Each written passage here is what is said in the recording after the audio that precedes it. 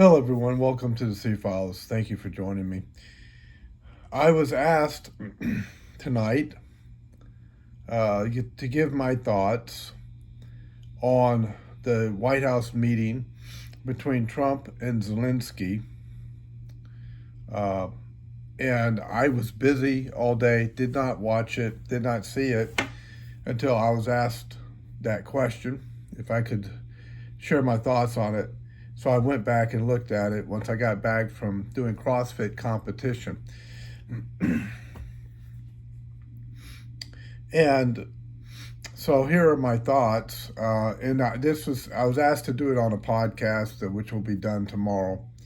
But here are my thoughts for YouTube.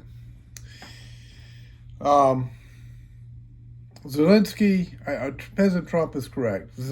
Zelensky does not want peace. He wants money and he wants military weaponry.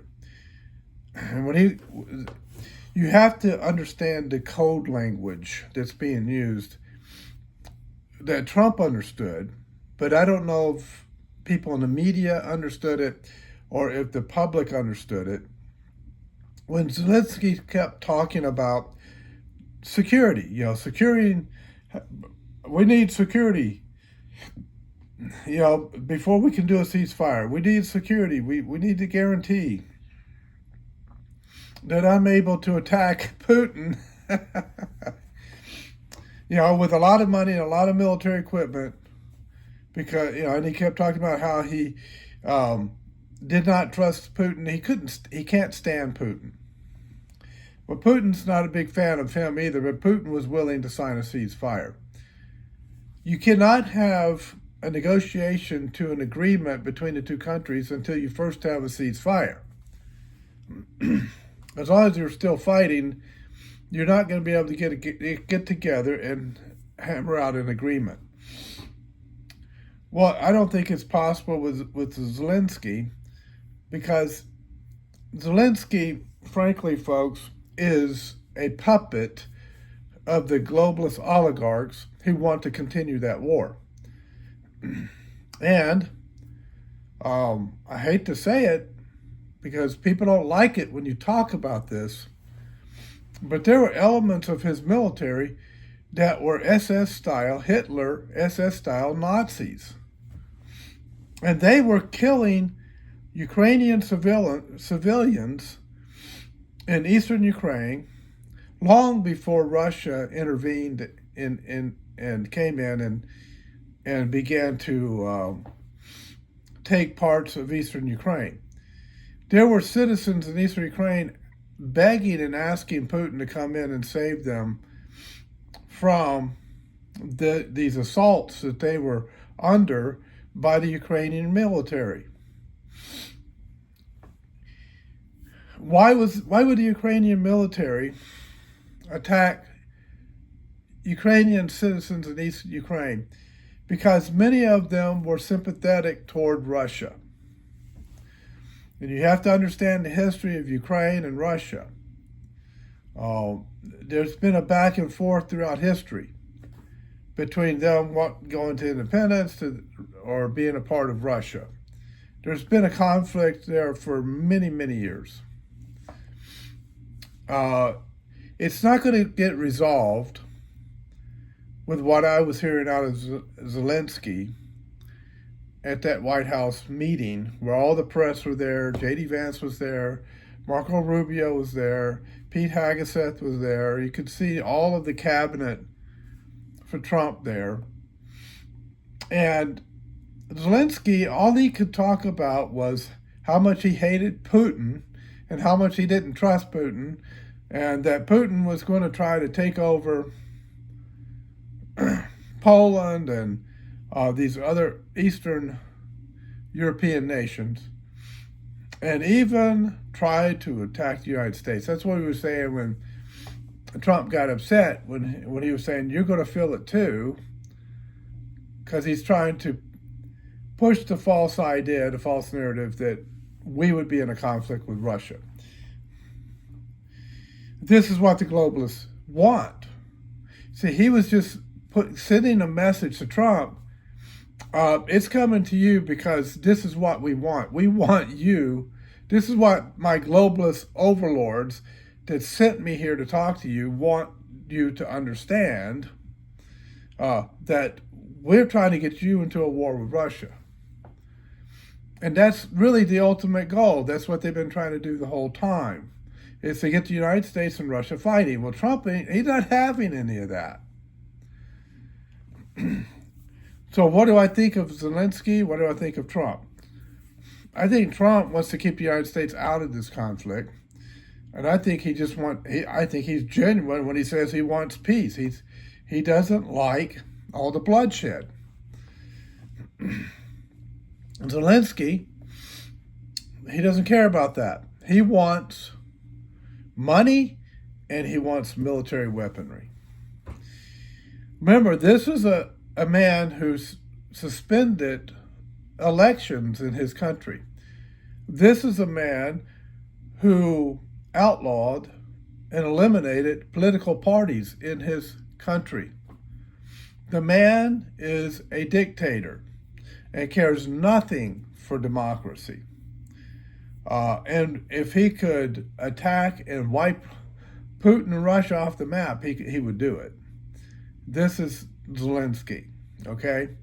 The man is not this darling that the news media has tried to paint him to be. He's not someone who's going to be able to sit down across the table from Putin and hammer out, negotiate an agreement. He's too much anti-Putin, and he's only pro-Trump when Trump will do what he wants Trump to do. And so Zelensky is a big, big problem. And even Lindsey Graham came out and condemned Zelensky for this meeting. And Lindsey Graham, of course, he's a chameleon. He jumps on whichever side the wind is blowing. He's a senator from South Carolina, Republican. But here's what I believe Lindsey Graham was angry about and upset about. Lindsey Graham lost money on this deal. Lindsey Graham is always about the kickbacks of money, building up and supporting the military complex, the industrial military complexes, as Eisenhower had termed it. And the idea is to just keep this money flowing to the military industrial complex, to the Pentagon. That's what Lindsey Graham is all about, because he benefits from that as well. And he benefits from this because, you know, he buys stock into the war machine. So if he can keep the military supplies going, he makes money. And he realized that with Trump in office, the only way he's going to keep the military supplies going is if they negotiate a ceasefire.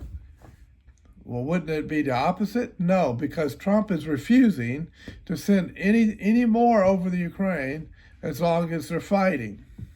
And he knows that Russia will crush Zelensky and crush Ukraine, and could do it within a few weeks if they wanted to.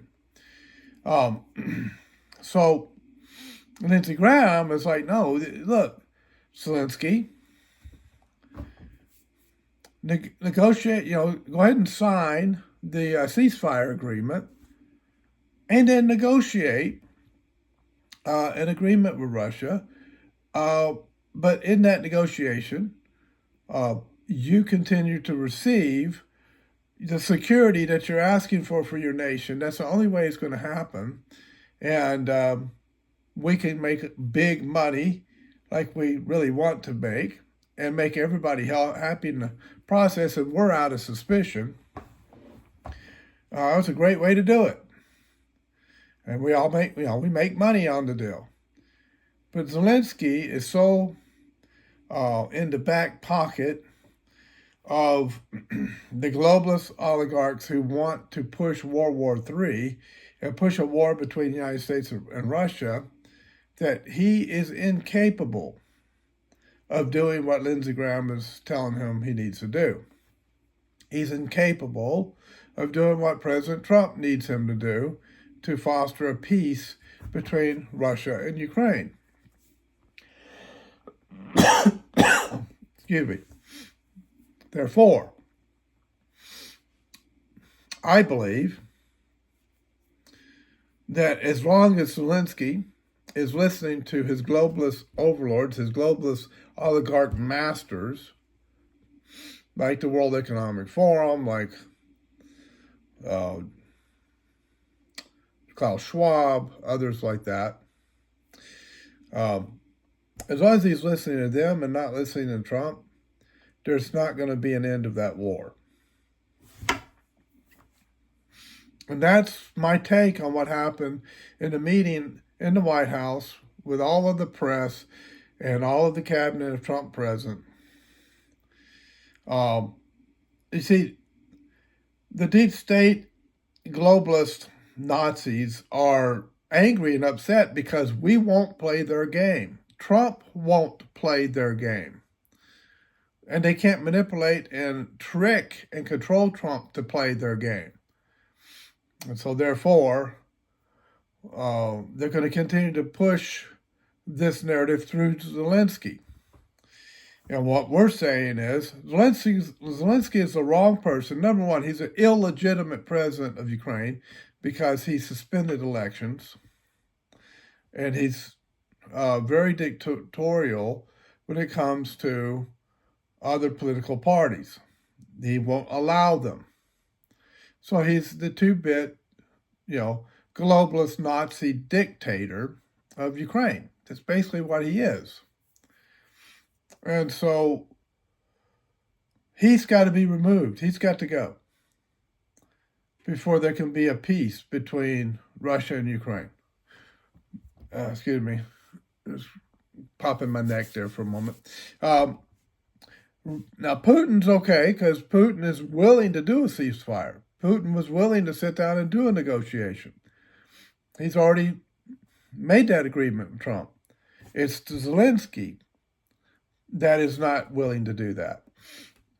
And I believe it's because he's being handled and being controlled by people who are in the shadows that are very powerful, and they're giving him marching orders and telling him what to do. So when I listened to that conversation between him and Trump, what I heard Zelensky saying is, we need you to go get directly involved in a fight and a war with Russia. That's what the oligarchs are saying they want. And so you're going to have to play ball, Mr. Trump.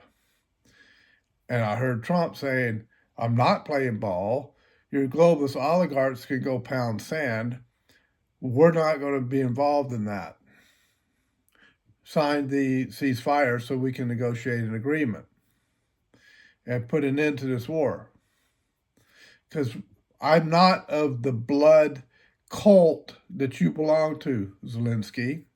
This is what I was hearing in the conversation that most people were not hearing. Now, who would want bloodshed for money? This is another aspect of this I want you to understand. Who would want bloodshed for money? Who would want child sacrifice, which we've been hearing about, right? Who would want all of that murder and that killing, all of those people dying on the battlefield? Who would want that? Well, Satan would want that. Satan would want that. Powers, evil powers in spiritual places, the fallen angels, demons, Satan, they would want that because they hate humanity. And it's all about turning humanity against each other and getting them to wipe each other out and getting humans that are stupid to buy into the satanic cult agenda,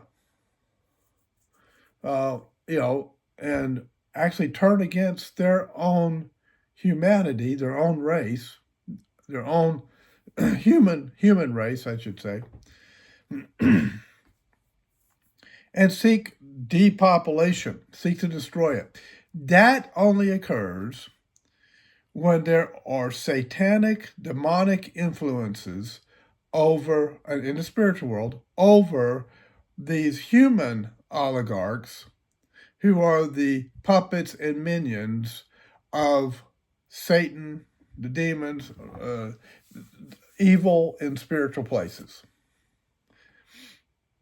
So you have Zelensky, who has the globalist oligarchs over him, who are telling him what to do, and you have the spiritual world, where there are spiritual entities that hate humanity and want to destroy humanity, who are giving marching orders, influencing the globalist oligarchs who are over Zelensky.